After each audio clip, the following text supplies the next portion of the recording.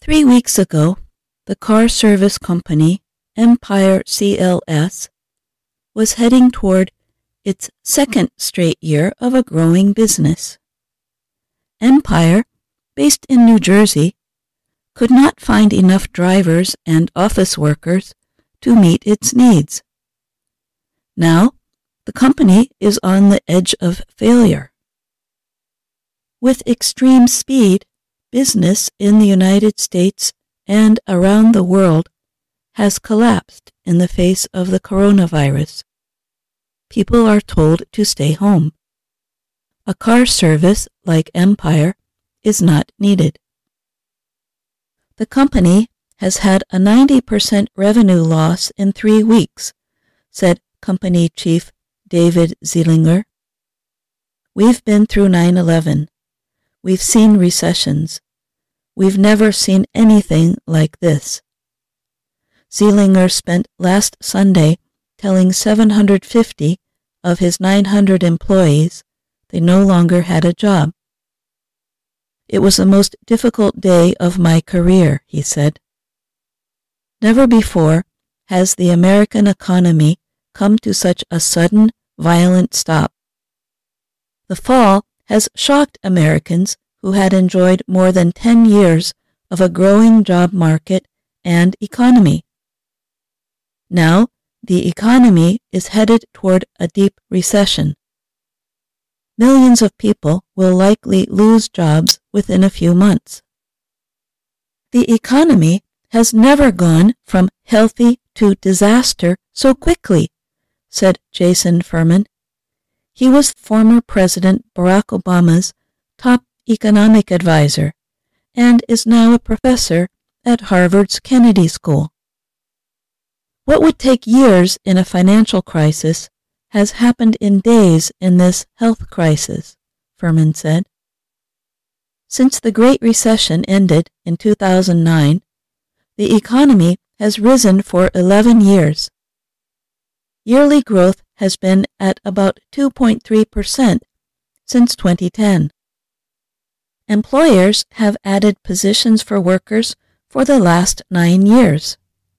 Just 2 weeks ago, the government released a great employment report, a gain of 273,000 jobs in February.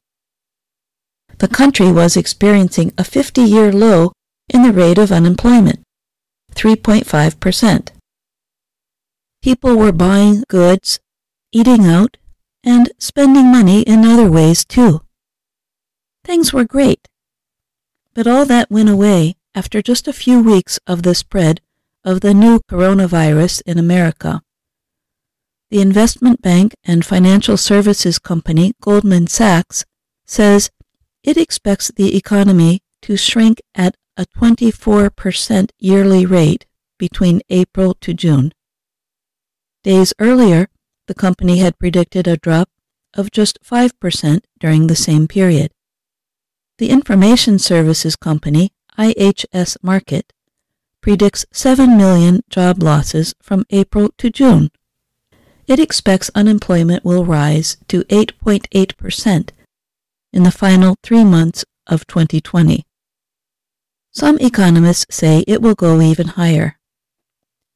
As investors began to understand the seriousness of the crisis, they began to sell. Since February 12th, the Dow Jones Industrial Average has fallen 35%.